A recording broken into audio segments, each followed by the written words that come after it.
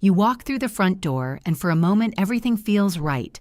The kitchen is bigger, the extra bedroom gives you options. The driveway finally has enough space for 2 cars, maybe even a basketball hoop. The raise came through. The agent tells you it is a smart move. And the bigger house feels like the reward for every late night, every sacrifice, and every year you spent working your way up. But somewhere around the 3rd year, the math begins to change. The house that was supposed to prove you made it slowly becomes the reason you never quite get ahead. And by the time most families realize what happened, they are already too deep inside the decision to easily undo it. So today, let's look at the bigger house the way your money actually sees it. Not as a milestone, not as a dream, not even as an investment, but as one of the largest, slowest, most socially accepted wealth transfers of your adult life. For the average American household, upgrading to a larger and more expensive home is rarely just one financial decision. It becomes the decision that affects almost every other financial decision afterward.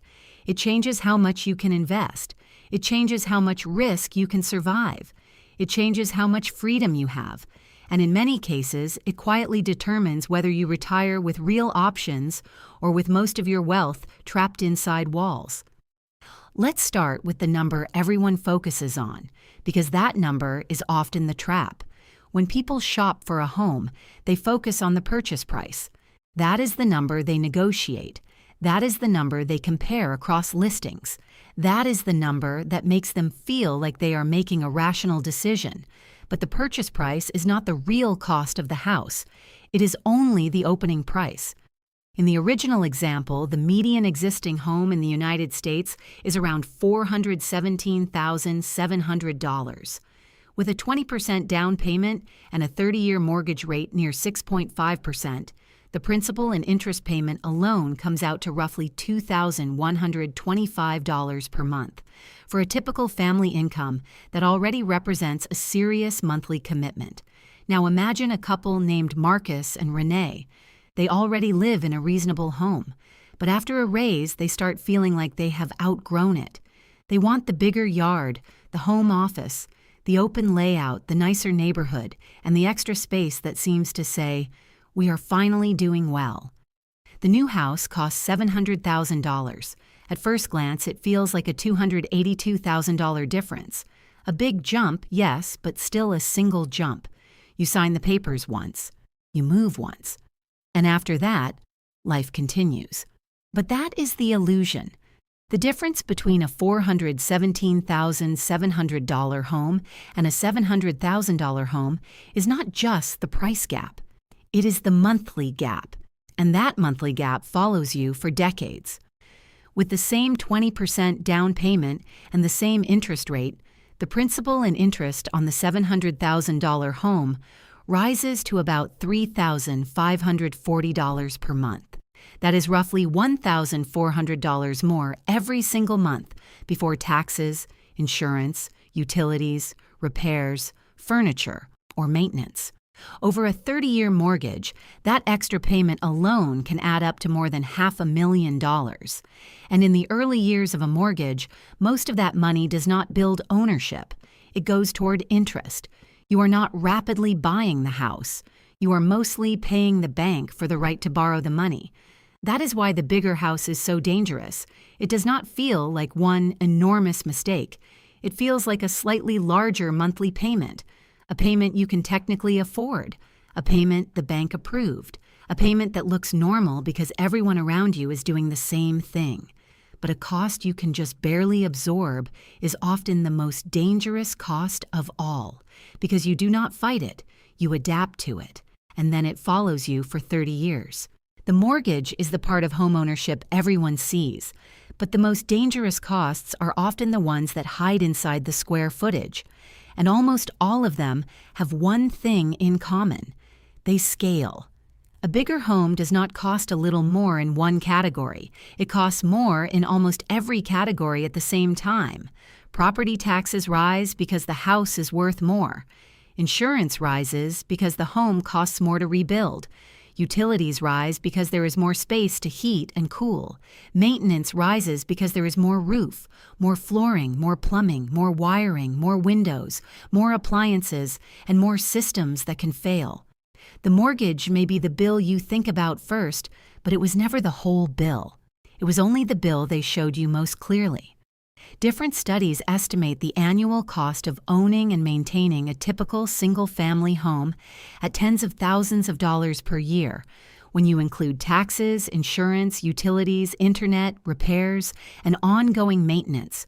Whether the number is closer to $16,000 or more than $21,000 per year, the message is the same. The mortgage is not the full cost of the house, and the larger the house, the larger the hidden costs become. Property taxes are one of the clearest examples. They are usually based on assessed value. That means a more expensive house is taxed on a larger base. Even a modest percentage increase can become painful when it is applied to a bigger home. If assessments rise, the tax bill can rise with them. Homeowners insurance works the same way. Insurance is tied to replacement cost. A larger home costs more to rebuild, so it usually costs more to insure. And in many parts of the country, insurance premiums have already risen sharply. In some states, homeowners are seeing sudden price increases, reduced coverage, or even dropped policies. Then come utilities. Those extra rooms cost money even when nobody uses them. You pay to cool them in summer. You pay to heat them in winter. You pay to light, clean, furnish, and maintain space that may sit empty most of the week. And then there is maintenance. The cost almost everyone underestimates. A common rule of thumb says homeowners should expect maintenance to run around 1% to 2% of the home's value each year. On a median-priced home, that can already mean several $1,000s per year. On a $700,000 home, that can easily become $7,000 to $14,000 per year over time. Roofs wear out, water heaters fail, HVAC systems break, decks need repairs, floors need replacing, paint fades, pipes leak, appliances stop working. A bigger house simply gives time and decay more surface area to attack. So when Marcus and Renee upgrade, they are not just adding about $1,400 per month to the mortgage. They are adding higher taxes, higher insurance, higher utilities, higher maintenance, and higher replacement costs. Very quickly, the true difference can look more like $1,500 or more every month. And that is before lifestyle inflation enters the picture. Because a bigger house demands to be filled. The furniture from the old house suddenly looks too small. The living room needs a bigger sectional. The dining room needs a dining set. The extra bedroom needs a bed. The office needs a desk. The patio needs furniture. The larger yard needs tools. The windows need coverings. The walls need art. The empty rooms make the house feel unfinished, so you spend. Not all at once, not dramatically, but steadily. A bigger house raises the floor on everything around it. The neighborhood is nicer, so the cars in the driveways are nicer. The lawns are better kept. The kitchens are remodeled. The neighbors entertain more. Slowly, the lifestyle expands to fit the container you bought. That is lifestyle inflation wearing the costume of homeownership. And because it feels normal, it rarely feels dangerous. The extra $1,500 per month does not simply disappear. It goes somewhere. The question is whether it goes into walls or into assets that can compound. That is where the bigger house becomes truly expensive. The tragedy is not only what you pay. The tragedy is what that money could have become if it had been invested instead. Imagine Marcus and Renee had stayed in the more modest home and invested the difference. If they invested $1,500 per month into a low-cost index fund for 30 years, the long-term results could be enormous. Using a historical average return of around 10% per year, that monthly investment could grow to more than $3 million over 30 years. Even using a more conservative, inflation-adjusted return closer to 7%, it could still grow to more than $1.5 million. That means the real choice was never simply between a modest house and a bigger house. It was between a larger home today and a much larger financial future later. The bigger house did not just cost Marcus and Renee $282,000 more on the purchase price. It may have cost them the compounding power of decades of monthly investing. An opportunity cost is invisible. Nobody sends you a bill for the wealth you failed to build. Nobody sends a warning that says, "You just traded away $1.5 million." Nobody shows you the retirement account that would have existed if you had made a different housing decision. The money simply never appears, and because you never see it, you do not feel the loss until years later. The same logic applies to the down payment. To buy the more expensive home, Marcus and Renee need to put down much more cash. That extra cash could have stayed invested. Over decades, even a relatively small difference in the down payment can become a major difference in future wealth. This is the part most families miss. A bigger house does not only increase your spending, it reduces the amount of money available to grow outside the house. And that matters because the wealth inside a house is not the same as liquid wealth. You cannot spend a kitchen. You cannot sell one bedroom to cover a medical bill. You cannot easily access home equity without selling, refinancing, or borrowing against the property. On paper, a family may look wealthy because they own a valuable home. But if most of their net worth is trapped in the house, they may still feel financially fragile. That is how people become house rich and cash poor. They appear successful from the street, but their bank account tells a different story. There is another uncomfortable truth. Americans are buying more space for fewer people. In the early 1970s, the typical new single-family home was much smaller, and households were larger. Over the decades, homes became bigger, while families became smaller. The result is that Americans now occupy far more square footage per person than previous generations did. That extra space feels normal today, but much of it is rarely used. The formal living room nobody sits in. The guest room used a few nights a year. The bonus room that becomes storage. The extra bathroom that adds cost but little daily value. A lot of square footage is not truly lived in. It is simply owned, and owning it costs money whether you use it or not. Many families justify the upgrade with their children. They believe every child needs a separate bedroom, a larger yard, more space, and a bigger home by default. There is nothing wrong with wanting comfort for your children, but it is worth asking a serious question. Are you buying what your children truly need, or are you buying what you feel you are supposed to provide? Because the mortgage does not care about the difference. The extra bedroom they barely use may quietly cost the family the investment account, college support, emergency cushion, or inheritance you wanted to give them. That is the deeper trade-off. You may think you are buying your family a better life, but if the bigger house destroys your ability to invest, save, breathe, and choose freely, it may be taking more from your family than it gives. Now compare Marcus and Renee with another person, Tasha. Tasha earns roughly the same income, but when her income rises, she does not upgrade. She stays in a modest 3-bedroom home. Her payment remains manageable. Her house is not impressive. Her kitchen is not trendy. Her car is older. Nothing about her life screams success from the outside, but every month she invests the difference. At first, nobody notices. In year 1, Marcus and Renee look like the winners. Their housewarming party is impressive. Their new home looks beautiful. Their friends admire the kitchen, the yard, the extra rooms, and the neighborhood. Tasha's life looks ordinary by comparison, but 5 years later, the difference begins to show. Marcus and Renee have dealt with repairs, higher taxes, higher insurance, furniture costs, and a mortgage that leaves less breathing room than they expected. They are not broke, but they are tight. They earn good money, yet there is never quite enough left at the end of the month. Tasha, meanwhile, has quietly invested month after month. Her account may now be worth 6 figures. Nobody is congratulating her because nobody can see it. But financially, she is pulling ahead. Fast forward further. Marcus and Renee still have the bigger house. From the outside, they still look successful, but their retirement account is thinner than it should be. Their equity is mostly locked inside the property. Their lifestyle is expensive to maintain. Their options are limited. Tasha has a smaller house, more liquid investments, more flexibility, and more choices. The difference was not income. It was the housing decision.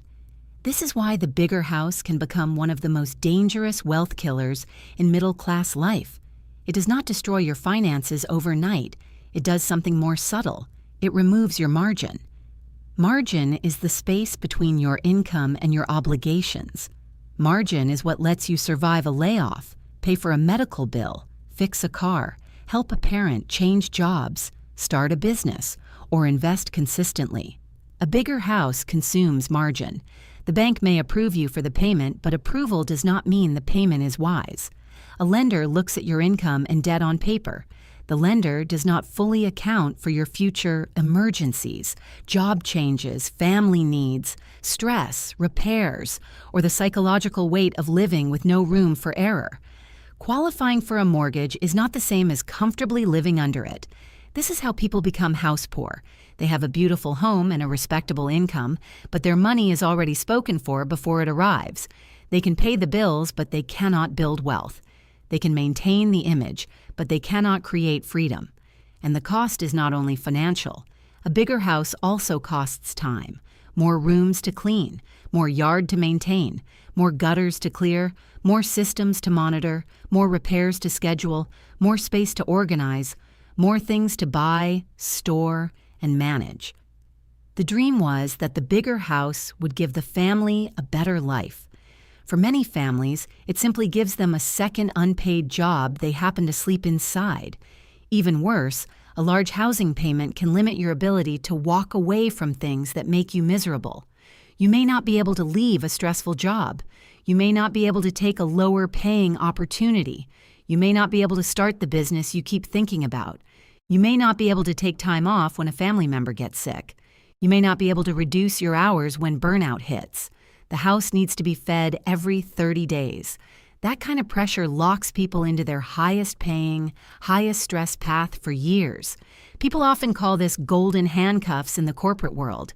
A bigger house can become the same thing, except you signed the paperwork at closing and called it the American dream. Now let's address the two most common arguments people use to defend the upgrade. The first argument is that a bigger mortgage is forced savings. There is some truth to this. Paying down a mortgage does build equity, but forced savings is not automatically good if the return is weak and the costs are high. In the early years of a 30-year mortgage, a large share of the payment goes to interest, not principal. You are not building wealth as quickly as you think.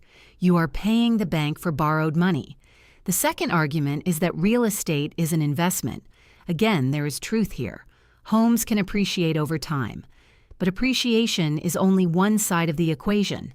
The full return must also account for property taxes, insurance, maintenance, repairs, mortgage interest, transaction costs, and the money that could have been invested elsewhere. A bigger house does not automatically become a better investment. It often means tying up more capital in the same type of asset while paying higher carrying costs the entire time. So what should a family do? The answer is not to live in fear, avoid home ownership, or move into the smallest place possible. The answer is to buy the house that fits the life you actually live, not the life you feel pressured to perform for other people. Before falling in love with a house, calculate the real monthly number, not just the mortgage. Add the mortgage, property taxes, homeowners insurance, utilities, and a realistic maintenance budget. A useful maintenance estimate is often 1% to 2% of the home's value per year, depending on age, location, condition, and size. Then ask the most important question. After paying the full housing cost, do you still have enough room to invest meaningfully every month? If the answer is no, the house is probably too expensive, even if the bank says you qualify. A reasonable target many planners use is keeping total housing costs within a manageable share of income.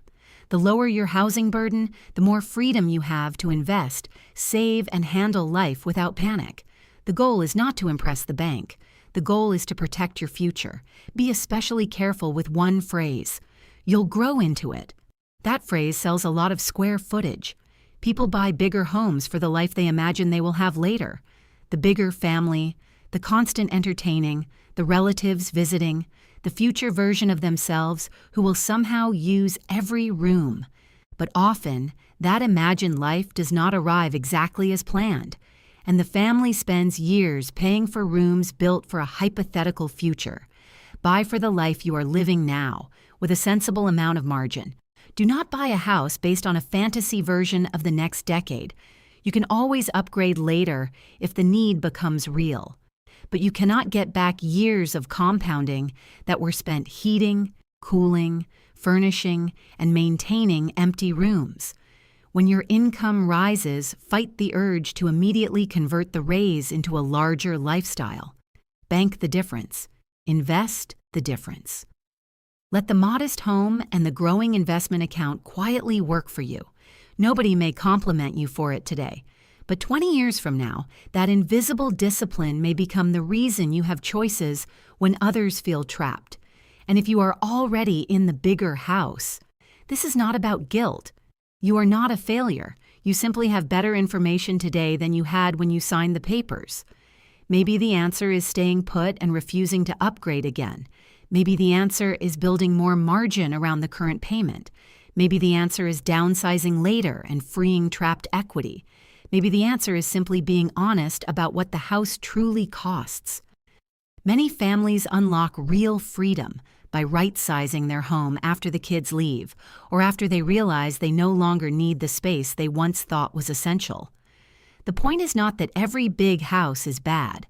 The point is that a bigger house should be a conscious choice, not an automatic reaction to a higher income, social pressure, or the belief that more square footage means a better life.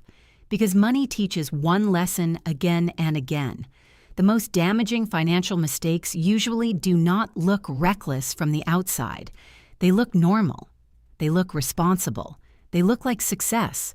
A bigger house can look like the reward for making it. But if it absorbs your cash flow, blocks your investing, traps your equity, increases your stress, and limits your options, then it may not be a reward at all. The real reward is not the largest home you can qualify for. The real reward is freedom. Freedom to invest. Freedom to choose. Freedom to survive hard seasons. Freedom to leave work that drains you.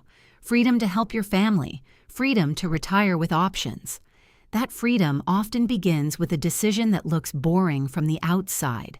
Buying less house than you can technically afford. The bigger house was never the proof that you made it. The real proof is having enough margin, enough investments, and enough peace to live life on your own terms.